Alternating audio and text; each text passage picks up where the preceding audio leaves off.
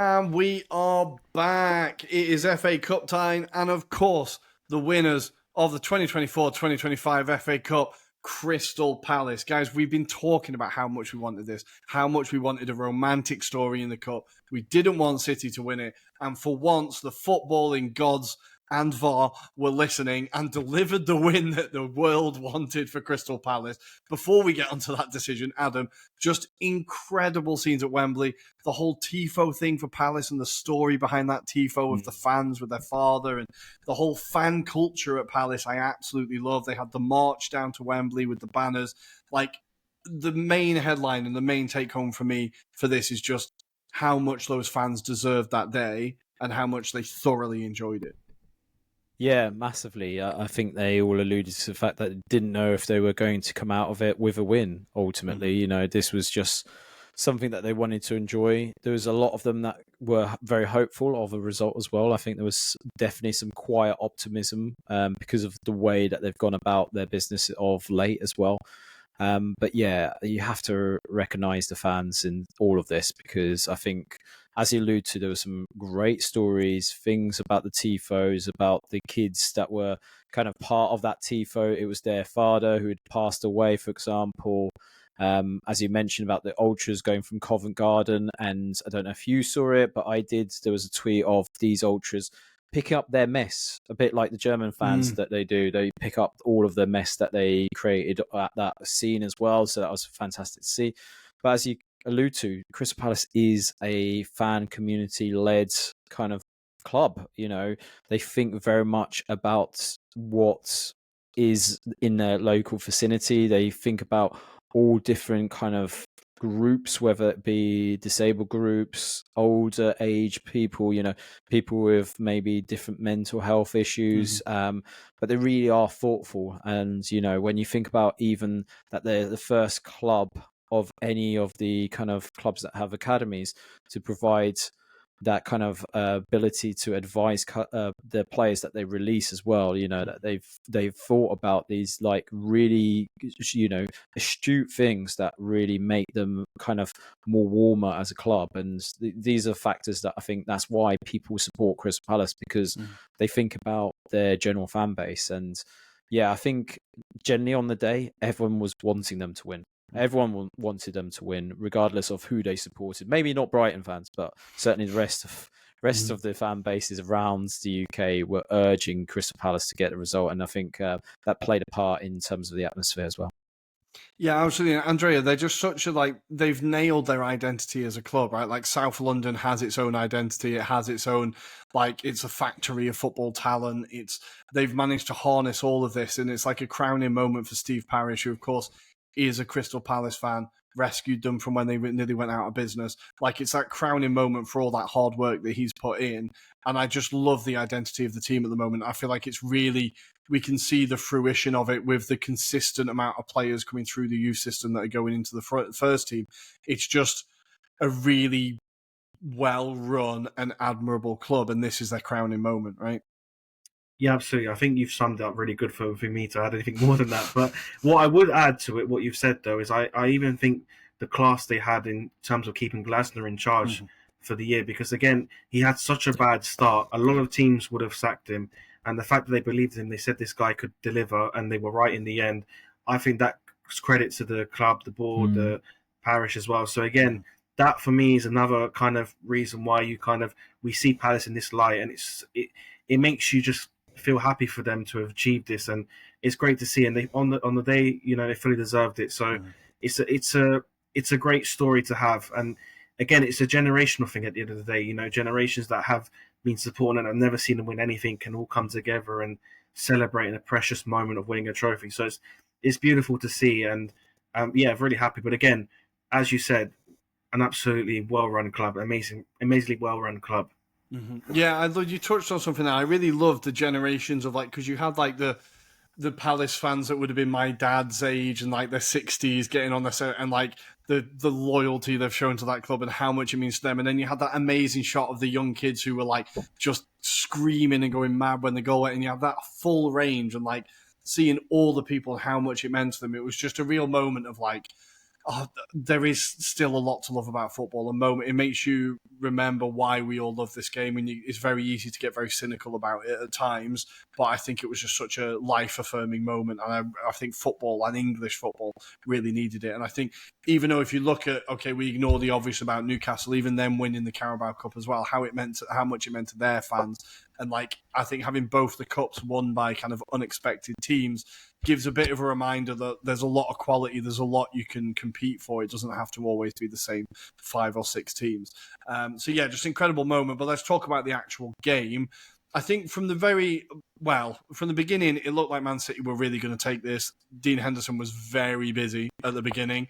Adam, I was kind of expecting City to get a goal. I'm kind of amazed they didn't get one within the first 10 minutes, but it all goes down to Palace's resilient defending and that man, Dean Henderson, right? Yeah, 100%. I think, obviously, when I make this assumption, they pretty much drew kind of inspiration from the previous game where Southampton had frustrated Man City, and I think they took that approach into this game. They knew that they couldn't go pound for pound with Man City, especially as you alluded to in the early stages. It did look like Man City had all of the kind of attacking intent to potentially go on to win this game. But ultimately, they just couldn't get that kind of bit of quality in front of goal, whether it be just a finish or whether it was just that final move, for example. The goal was born out of the first counter-attack for Crystal Palace. And ironically, after that, Crystal Palace grew in confidence. So actually, it spurred them on to kind of push on in terms of the game. And I thought the way that Glasner had operated in terms of the tactics he deployed, the way that he kind of thought this would be played out as well. I mean, he mentioned it in the Man City game, ironically, when they took them on at Man City. He said it would be a different game, and so it played out. Obviously, they had their moments. Obviously, we will probably talk about Henderson's performance in particular and whether he should have still been on the pitch. But regardless, there was so many standout performances across the pitch as well. Daichi Kamada, again, fantastic. Adam Wharton. I mean, all of them really put in an effort in the end of the day. So, yeah, Man City will probably feel a bit aggrieved in terms of that they didn't really take their chances, Rory. Well, I wanted to touch on that Glasner comment because what he said after the game was if Man City play the same system again, we will beat them, which is such a ballsy thing to say to Pep Guardiola. But he absolutely got it spot on. I think you're right to allude to the fact that they watched that Southampton game and were like, right, how can you frustrate them? Haaland was completely anonymous. I think the fact that those 3 centre-backs for Palace just love heading the ball away and they love defending. They did not move. I think they only moved within a 10-yard radius. They just knew exactly where they needed to be, made it so difficult for City. And Glasner just tactically got it absolutely spot on. And I think I said before the game, if Palace don't concede in the first 10, 15 minutes, I think they go on and win the game. I thought it was so crucial for them because we saw it in the semi-final with Forest. The second they conceded so early against City, I was like, okay, that's game over. We know how this ends now. But once Palace got through that, I thought, they can really do this. And Andrea, it was the first counter-attack, but it's what Palace have been doing all season. And it's the players that have been doing it all season, and City just didn't see it. Munoz, he is just a banker when he breaks down on that right. And that ball going into the box is going to be exactly where you need it to be. The build-up from Mateta to get him the ball in the first place is fantastic because he gives him a chance to catch up. And then he leaves the ball for Eze to tap it in as well. It was just such a well-choreographed move. You can tell that they have practiced that every day for the past 9 months, right? Yeah, absolutely. And again, like you said, all those players involved were the key players this season. It's great to see. I think it's a nice touch that Eze is the one that got the winning goal as well. Just, again, you bring it back to what you said about the youth coming through. So, yeah, it was a well-worked goal. And again, Munoz, even in the interviews after, he was in tears, and the joy just shows how much it means to these type of players and all they give in these moments. And again, they fully deserved it. And the way they did that, they could have caught them out a few times, but in the end, the one goal was enough. But again, it just goes credit to the way they're set up, and it goes also back to Glasner and how an amazing job he's done in terms of bringing that kind of tactical knowledge to this team. Yeah, absolutely. And he has his general in Kamada who knows exactly what he needs to do from Frankfurt. And you can see that him in that midfield is getting the messages across and just a bit more consistency in there. I think Munoz is a player we need to talk about, though, Adam, in terms of the levels he's shown as this season's gone on. Just what a signing he has been, and how, like, he was unlucky not to get the second goal, right? It was just offside. It was like Lerma. I think it was Lerma was in an offside position, right? So, yeah. He was, quite unlucky not to get the second, but City, in every game they've played against him, just not been able to handle him at all. Yeah, and Man City aren't the only club that can't handle him. You know, it's the marauding runs. You know, I think what he offers is a complete almost package in terms of that kind of right wing back kind of role that he plays, because he's offers the height that kind of allows him to be an aerial threat, but also allows him to combat and compete at the same time. But he's got that pace, that electric pace as well at the same time. And he's quick to react. He has got the deliveries on him as well, which he sets up, obviously, Eze for the opener. But he's been a constant kind of threat for Crystal Palace down that right-hand side, you know, and he's one of the reasons why they're able to transition so quickly up the pitch as well, because it's that ability to kind of keep up with the pace of the ball itself, and dictate as well, more importantly, because actually it is his runs that are quite piercing, and they're something that as a left back or a centre back you're really wary of. So I think he's such an asset for Crystal Palace, and dare I say it, obviously he needs another season really to follow it up, but I think that's another hell of a signing, because if you think about their philosophy of what they do, they buy players on the cheap to sell on at a bigger fee. Muniz looks like he's going to be another one that will go in that same vein. Looks like he might be the next one. Palace, we're not trying to. Palace fans, we're not trying to sell your team already. Like, of course not. I want to see this team in the Europa League. Trust me. But we need to get to the main moment, I suppose. I'm going to take my Arsenal fan hat off and talk about this as objectively as possible. This is one of the worst decisions I've seen in a cup final ever. I think if this goes the other way, if this is against Palace in favour of City, everyone's crying about it. Everyone's claiming about it. Everyone's saying how horrendous it is. This is an absolute definition of the ref and VAR just bottling a decision and let's just not act on it. Because on no planet is that not a denial of a goal scoring opportunity. You've got Haaland with a touch. It's an open goal. It's going to be it is a goal. It is a goal-scoring opportunity. Andrea, I couldn't believe how they didn't give it. It's the worst decision I've seen in a final. Yeah, one of the worst I've seen as well. I mean, there could have been 4 defenders on the line. It was still an open goal for Haaland. It's a beyond a joke. It should have been the red. But again, I think the mentality sometimes referees is they don't want to kill the game early. And I feel like, as well as we like that, sometimes it's just justified. You've got to. It doesn't matter when it happens. If it happens, it's got to be adjudged accordingly. And that was a red card, and it would probably ruin the game. Probably would have cost Palace the game, but it would have been the fair outcome. Yeah, no, absolutely. Because when that moment happens, we all, at least in my head, I was like, "Oh fuck, City, you're going to win this now." Fun's over, game's over. Adam, are you surprised that they didn't make that decision? Because I thought the whole time I was like, they're not going to do anything about this because they're too scared. I don't know if in the moment it wasn't really picked up until VAR intervened, but then, like you say, maybe they just felt sorry for Crystal Palace. That's the only thing that I can think of, is that they didn't feel it was something that would have made a blind bit of difference in the grand scheme of things. I think it definitely deserved to be a yellow card minimum. It should have been something given to Man City's favour, but I feel like they bottled it. The thing is, if you acknowledge it as a thing, you have to give a red. You either completely ignore it and go, no, nothing to see here, or you give a red. You can't.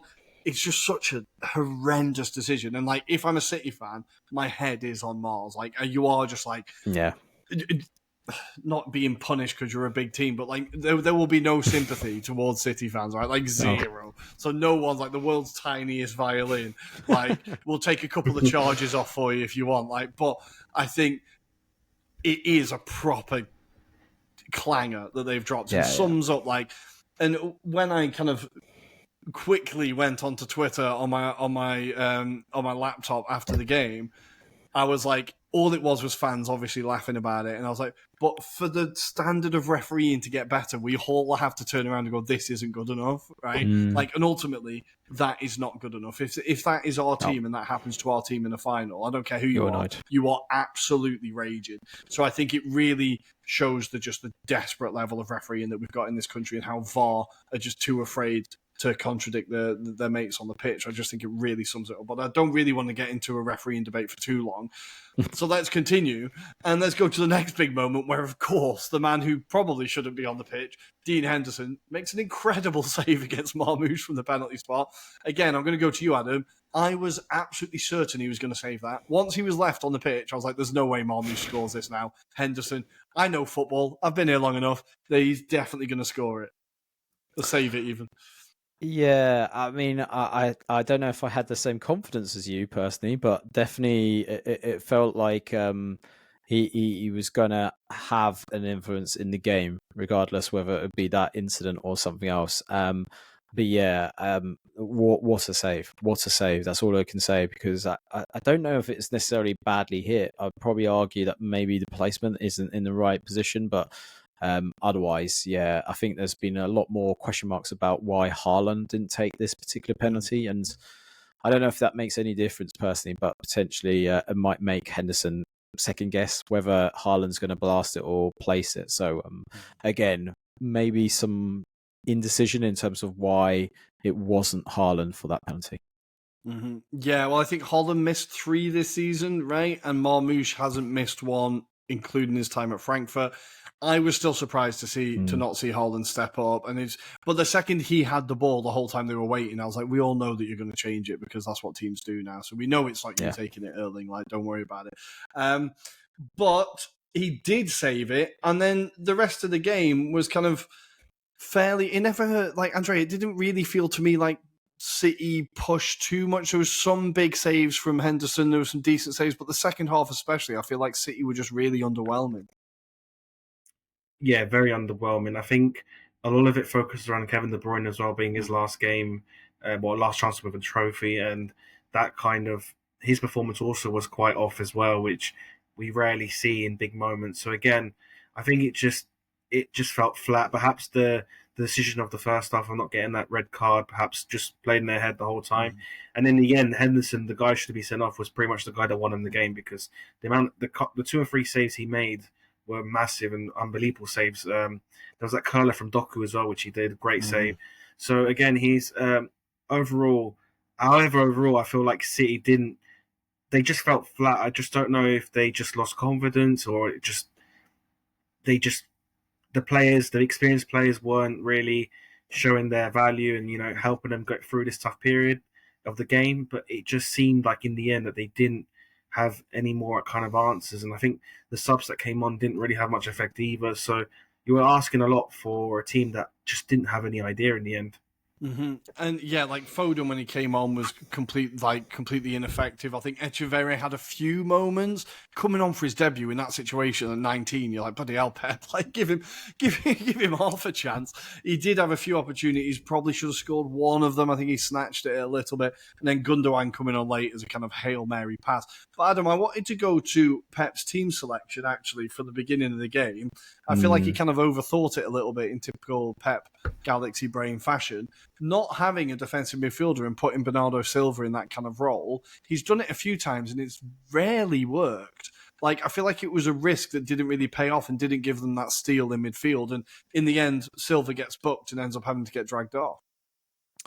Yeah, I do feel he was a bit ambitious, going very heavy in terms of attacking intent, in terms of the 11 that he chose, but also argue maybe in terms of back 3 essentially that he's gone with. I know this has been a regular criticism from a Man City fan perspective, is that when they play a back 3, they don't actually perform very well. So it feels like they haven't got their natural width when it comes to the game itself. They're very much more exposed at the back as well as a consequence. I didn't think Akanji particularly played really well. Again, I think he's still recovering from the back end of injury as well. So yeah, I just feel that he hasn't got the balance right. I'm not even convinced by the kind of rumored players that are supposed to be joining, Man City, whether that addresses any of the issues, because it feels like they're going to go very heavy in terms of attacking intent again. But I'm not too sure if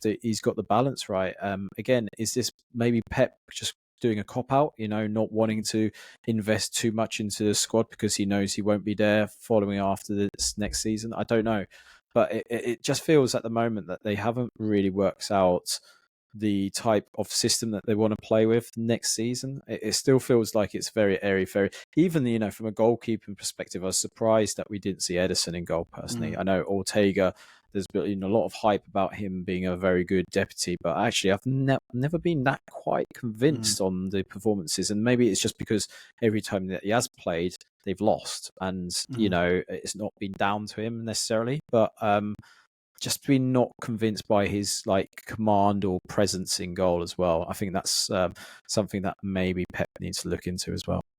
Yeah, I think the defence needs a revamp. The midfield needs a revamp. It all feels a bit like even the guy they brought in January. I can't even remember his name. They spent quite a lot of money on him. Nico Gonzalez, we've barely seen him. Yeah, it feels like Kusanov was in and out. It feels like all of it's a bit wishy-washy. I think you kind of nailed it. I'm not quite sure what they are at the moment, but let's talk about the kind of post-match, I suppose. I want to go back to Palace, but Andrea, I really enjoyed the pettiest moment I've ever seen as Guardiola tried to confront Dean Henderson with, "It's a disgrace, you don't deserve it."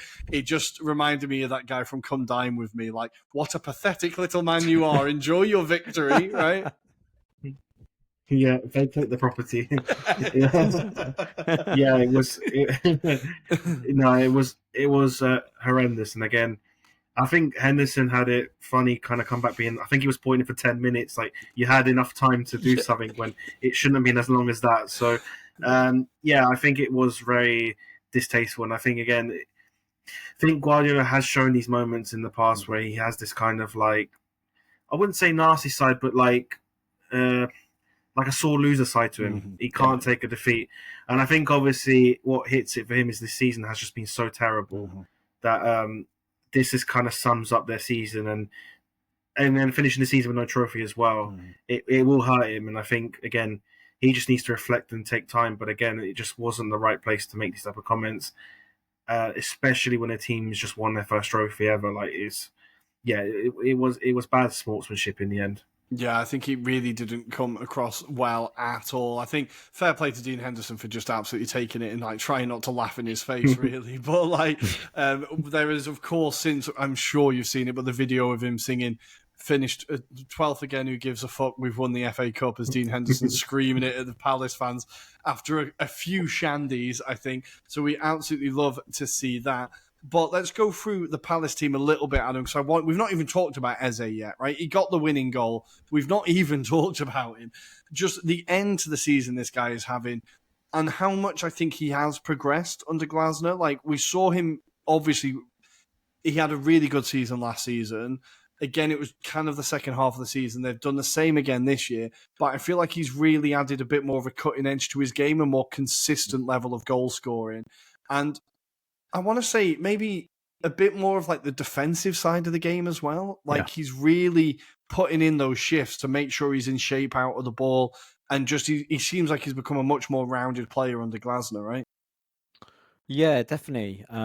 We kind of alluded at the beginning of the season that he was slightly missing, maybe, because he had to fill in the void of Michael Olise going to Bayern Munich. And I think that was definitely felt from a Crystal Palace point of view.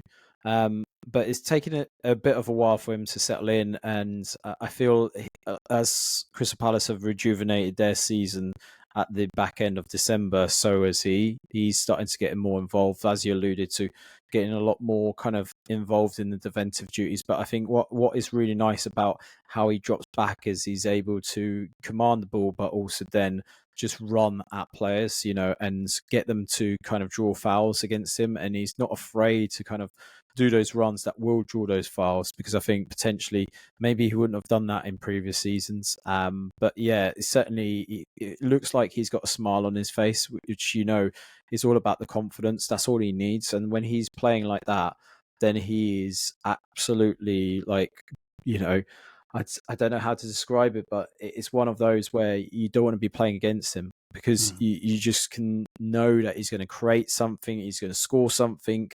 It's just about moments, and he seems to feed off Mateta and Sarr very well as well because he's got willing companions in terms of being able to kind of build that kind of free triage kind of rectangular transitional play as well, because that's pretty much how that kind of goal starts off, because it is in the middle of the pitch.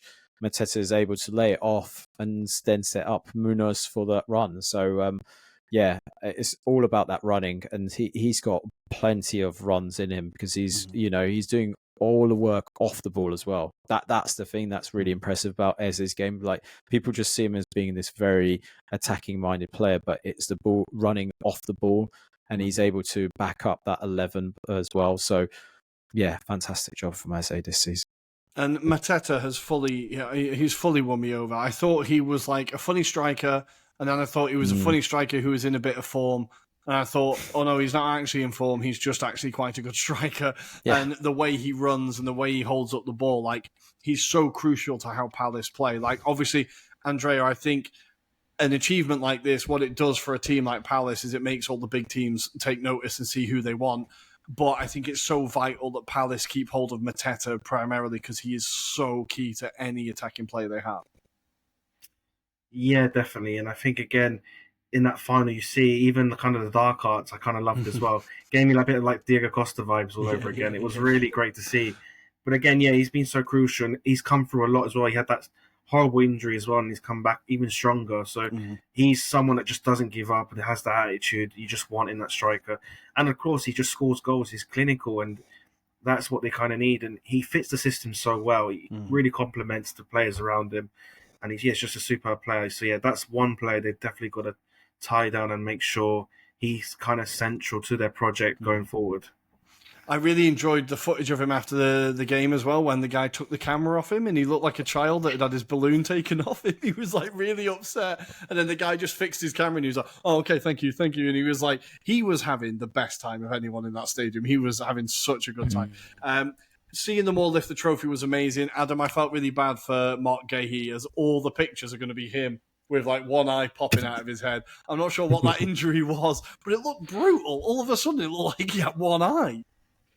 Yeah, I think it's technically concussion. I think that's what they described it as. So, because I do believe even Adam Wharton was treated in a hospital after the game as well for concussion protocol as well. So he wasn't able to celebrate the actual game itself. But yeah, no, you can tell that even Gray wanted someone else to lift that cup.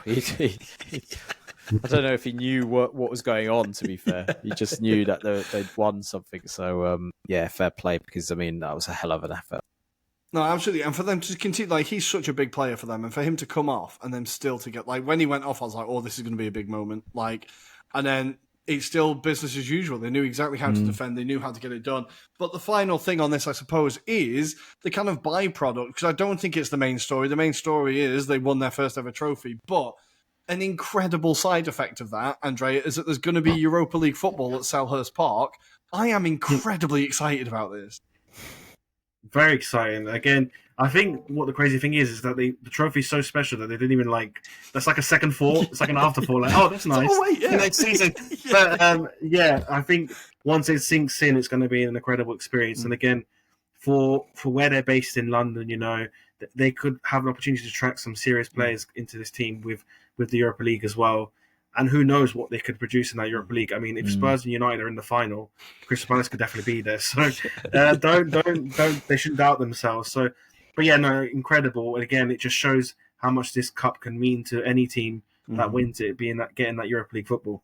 And Glasner has form with Frankfurt. You never know. He has won it with Frankfurt. He's done it in the past. So an incredible win for Crystal Palace. Congratulations again to them and to Dan from HLTCO. I'm sure you enjoyed it. It just looked